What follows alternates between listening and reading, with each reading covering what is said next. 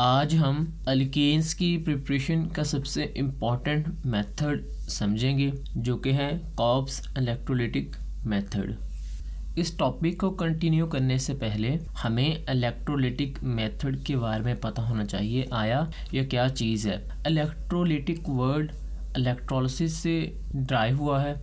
Electro का मतलब होता है इलेक्ट्रिसिटी एंड लाइसिस का मतलब होता है ब्रेकडाउन। इलेक्ट्रिसिटी की मौजूदगी में किसी चीज़ को ब्रेक करना। Electrolysis is the process of using electricity to stimulate a non spontaneous reaction or chemical decomposition of electrolyte by current के इलेक्ट्रिसिटी की वजह से एक नॉन स्पॉन्टेनियस रिएक्शन जो नेचर में खुद ब खुद नहीं होता, उस रिएक्शन को हमने इलेक्ट्रिसिटी की वजह से स्टार्ट करना है। या आप ऐसे कह सकते हैं कि इलेक्ट्रोलाइट की हमने करंट की मौजूदगी में डिकम्पोजिशन करनी है।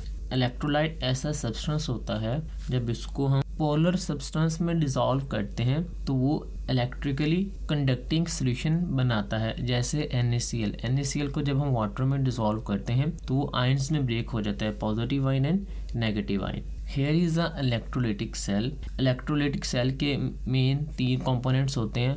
फर्स्ट वन इज़ इलेक्ट्रोड जिस पर नेगेटिव चार्ज होता है उसको हम कैथोड कहते हैं और कैथोड पर हमेशा रिडक्शन होती है। ऐसा इलेक्ट्रोड जिस पर पॉजिटिव चार्ज होता है उसको हम एनोड कहते हैं और एनोड पर हमेशा ऑक्सीडेशन होती है। सेकंड सबसे इम्पॉर्टेंट कंपोनेंट इलेक्ट्रोलाइट सॉल्यूशन है, यानी पोलर सॉल्वेंट और कंपाउंड का मिक्सचर होता है इलेक्ट्रोलाइट। और थर्ड सबसे इम्पॉर्टेंट कंपोनेंट बैटरी होती है।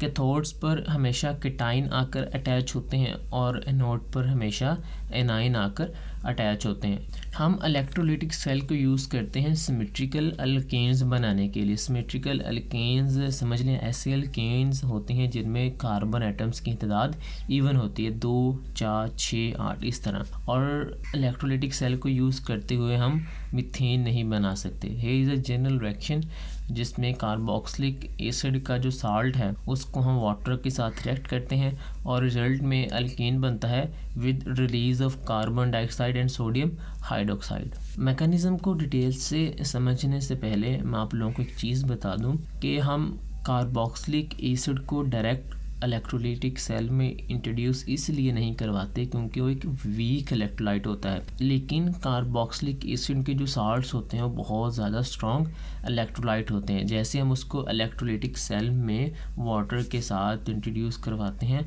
तो वो अपने आयंस में बहुत जल्दी ब्रेक हो जाती हैं।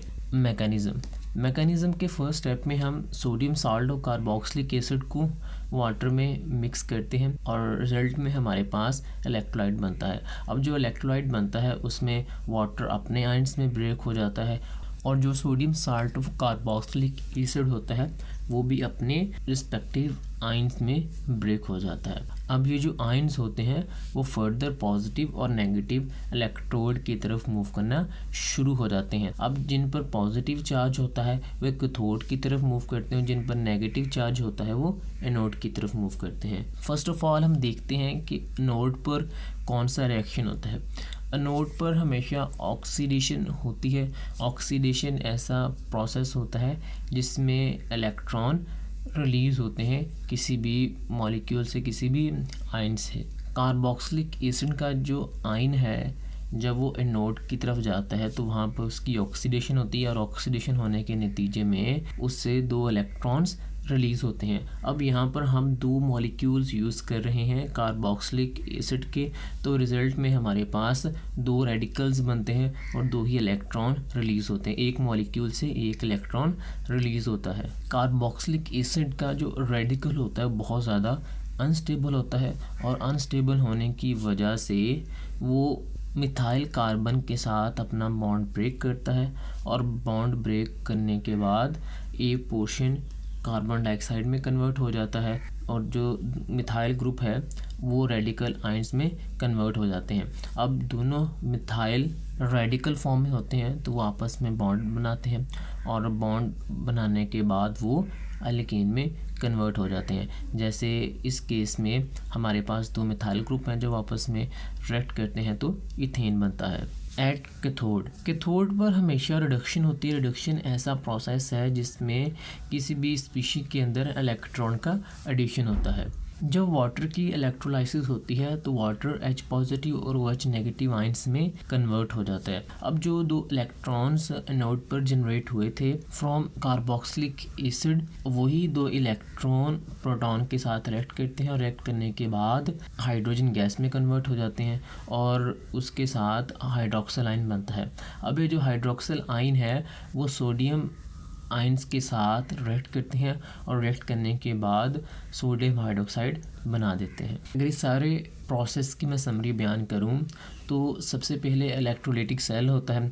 इलेक्ट्रोलाइटिक सेल के मेन 3 कंपोनेंट्स होते हैं, बैटरी होती है, इलेक्ट्रोड्स होते हैं और इलेक्ट्रोलाइटिक सॉल्यूशन होता है। इस केस में हमारे पास जो इलेक्ट्रोलाइटिक सॉल्यूशन है उसमें वाटर और कार्बोक्सिलिक एसिड्स होते हैं। जब इनकी इलेक्ट्रोलाइसिस होती है आयंस में ब्रेक होते हैं। जो पॉजिटिव आयंस है वो कैथोड की तरफ मूव करते हैं, जो नेगेटिव आयंस है वो एनोड की तरफ मूव करते हैं। कैथोड पर रिडक्शन होती है, एनोड पर ऑक्सीडेशन होती है और रिजल्ट में हमारे पास हमारी प्रोडक्ट बनती है। अब जैसे जैसे रिएक्शन प्रोसीड होता है कॉब्स इलेक्ट्रोलाइटिक मेथड, वैसे वैसे जो सॉल्यूशन की पीएच है वो भी इंक्रीज़ होती है।